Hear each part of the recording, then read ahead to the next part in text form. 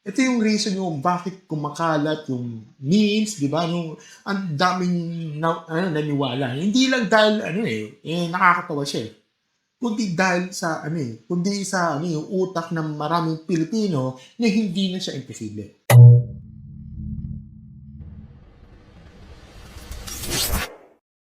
Hello mga stories, welcome back sa another random reaction. So dito sa ating channel mga stories, ako pala si Martin, no? At ngayon pag-uusapan natin ito yung viral image, no? So mga stories, no, may follow up tayo dito sa naging topic natin recently, tungkol sa Spider-Man na umano'y pinapalabas yung sa loob ng bus, yung parang piracy ba yun, di ba? Ngayon, may bago tayong development, okay? Lumalabas na posibleng peke pala yung viral image. Pero ito yung mas interesting part dito. Kahit peke pala, no, ang daming naniwala, ang daming nauto, ang daming totoo ba ito na question na ganito? At diyan mas lalong lumalalim yung usapan. Okay. Kasi hindi na lang ito tungkol sa isang fake post, no? Na tungkol ito sa kung bakit sobrang kapanipaniwala yung ganitong klase ng piracy scenario sa Pilipinas. Ngayon, basahin natin ito. So, same din, no, sa Radar PH, no, yung viral image yung kung waring nagpapakita ng Spider-Man Brand New Day, no, na pinapalabas sa isang Philippine, sa isang bus, ay lumalabas na peke pala. Yung image yung sinare natin yung Facebook page na I'm just fine again today at nilagyan nila yung joke caption na Spider-Man Brand New Day now show in selected bus nationwide. Yun yung memes niya. No? At base sa description ng page niya, no? Ito yung meme page talaga siya. At sabi pa nga, no, para daw ito sa just memes and sometimes posts that make sense, di ba? At make note pa rin nyo sa some photos are mine, di ba? Ang original na image pala ito ay galing sa isang 2024 na post na Reddit community na ito sa subreddit na Film Club PH na may title na What's the Weirdest Movie You Watch on the Bus? So, at at yung parehong image na yun, no, nagamit din pa ng Facebook page noong 2025 sa isang meme naman tungkol sa Demon Slayer Infinity Castle. Okay? So malinaw, hindi talaga nangyari na yung Spider-Man Brand New Day yung pinapakita natin recently ay pinalabas sa bus. Okay? Yung kinontent natin yun.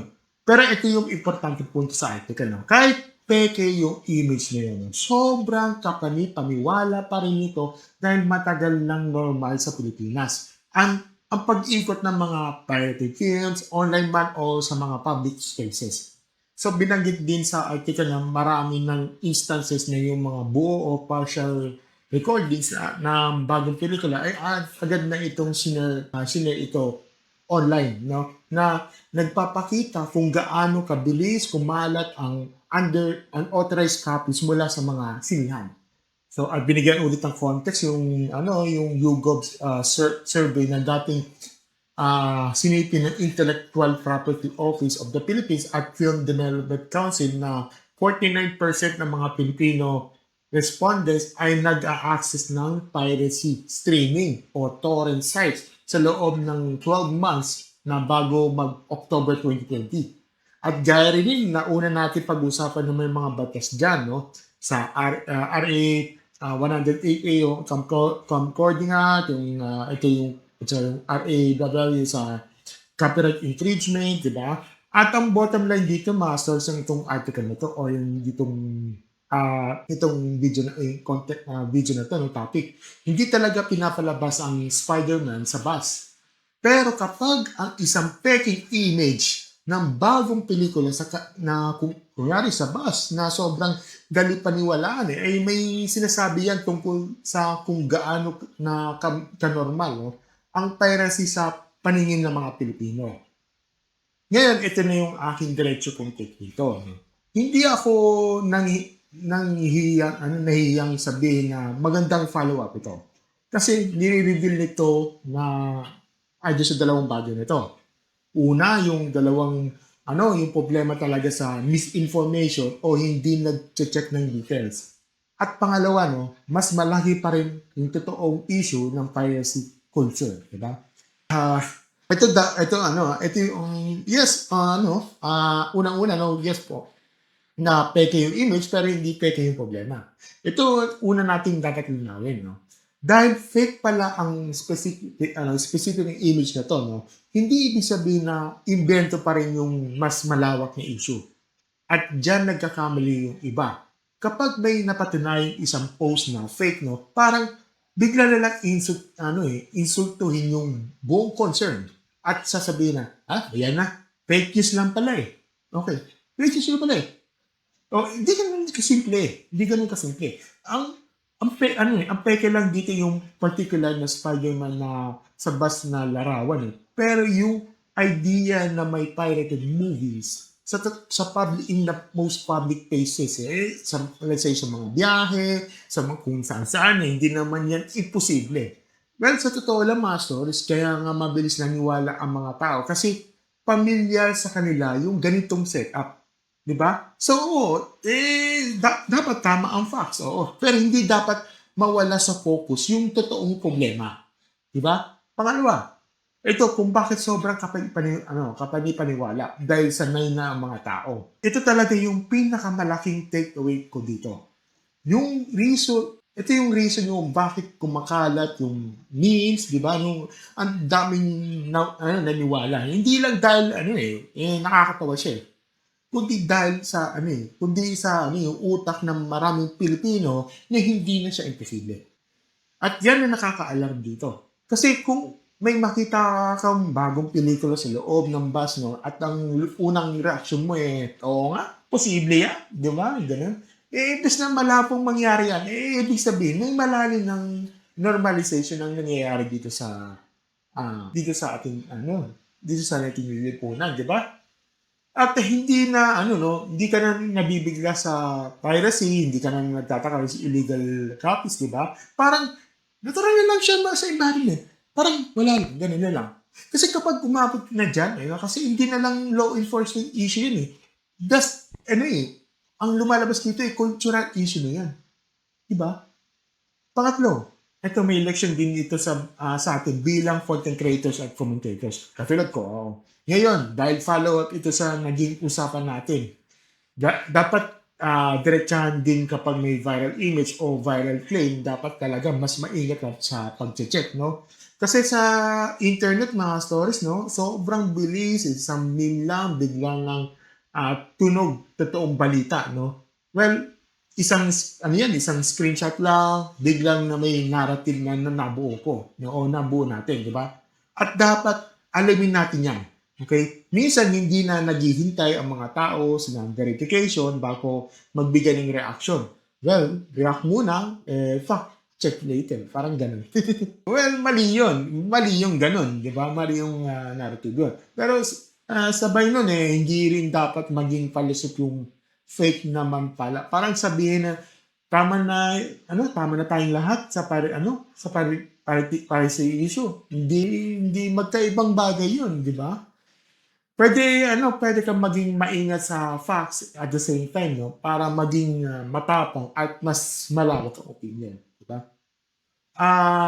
Pangapat, hindi dahil meme page 'yun, wala nang responsibility doesn't mean wala nang responsibility ang audience, no? Meron kasi diyan na nagsasabi meme page meme page lang pala bakit mo siniseryoso? Kung ano, okay. Ganito yan, stories. Ganito yan.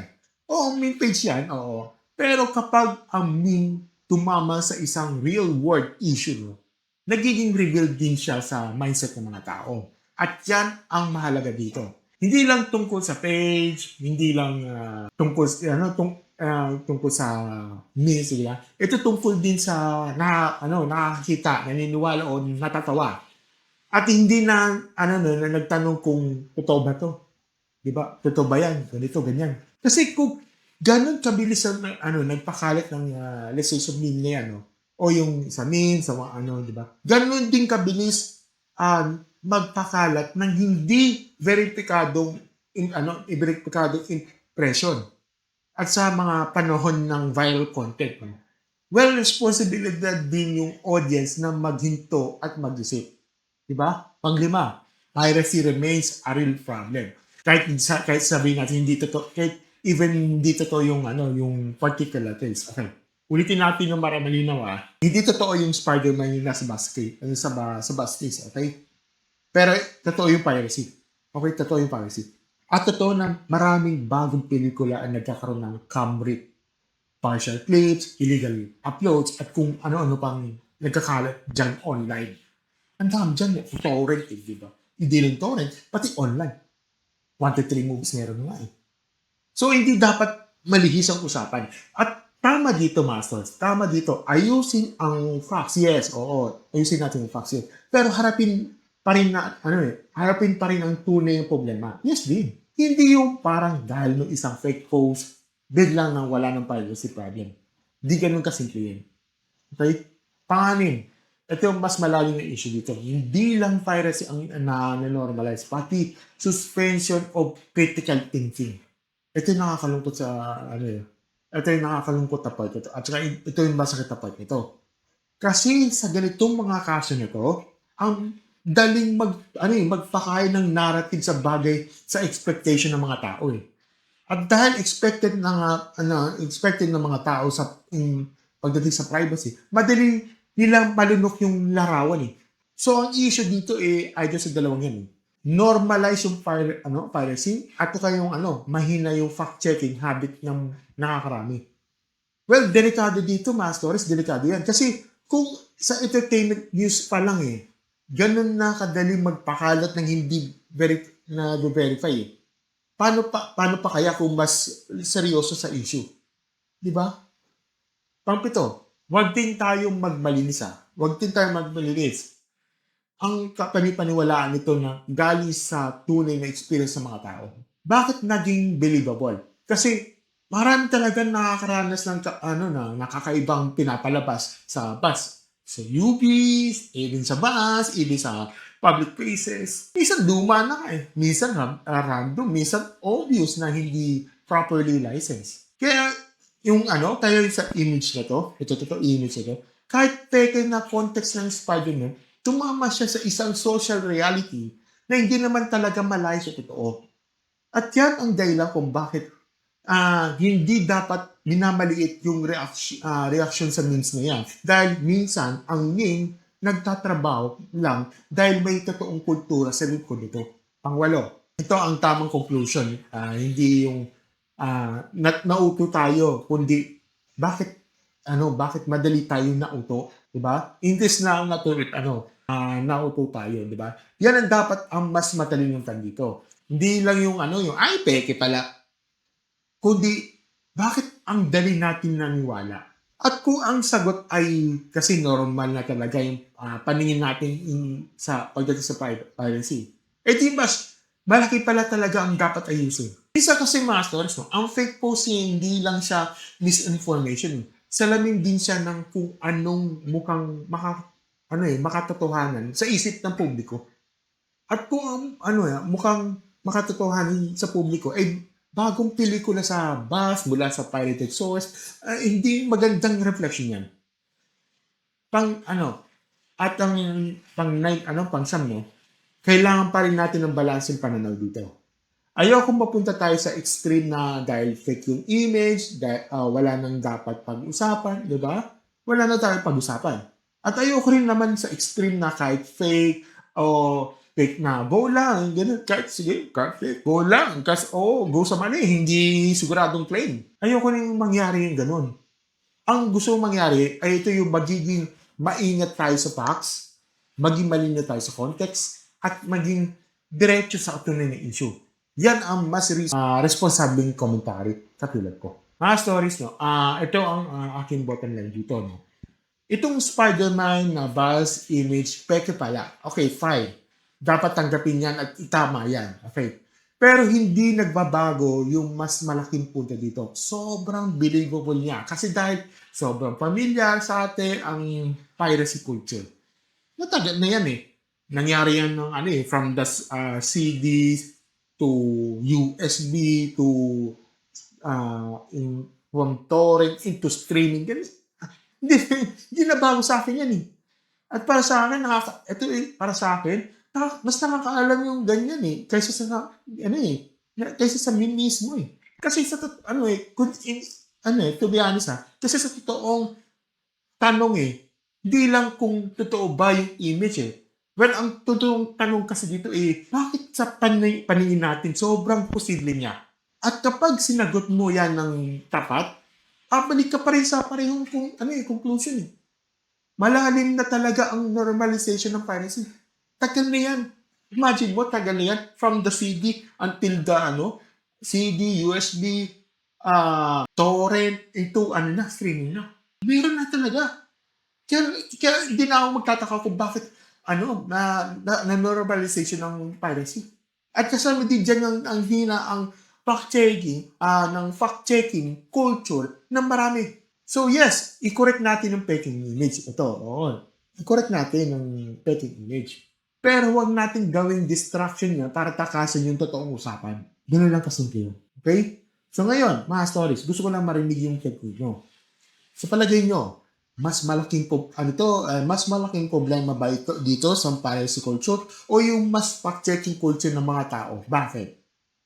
Kapag may viral post ng ganito, dapat ba mas malinis maglabas ng clarification ng mga pages at media, even sa mga Reddit? O nasa audience na talaga yung yung mga responsibilidad na mag-verify muna? Comment down below at babasahin natin yan. Kung gusto nyo mga ganitong opinionated, logical, frankly, and straight to the point commentary videos, don't forget to like, share, subscribe sa ating channel, and click the notification button sa baba, And be part of Stories membership platform. So, 29 pesos a month on fresh videos from the rendering video, meron din 159 a month at 399 pesos a month. Ito yung mga exclusive videos ko para sa mga Stories membership ko. Sana supportan nyo na lang ako, Kung hindi nyo kaya ng membership plan, palike na lang yung video ko. Kahit sabihin natin, kahit hindi na subscribe, like na lang yun. Yun lang gusto namin hinihin. Yun, as always mga stories, thank you and have a great day stories. Bye!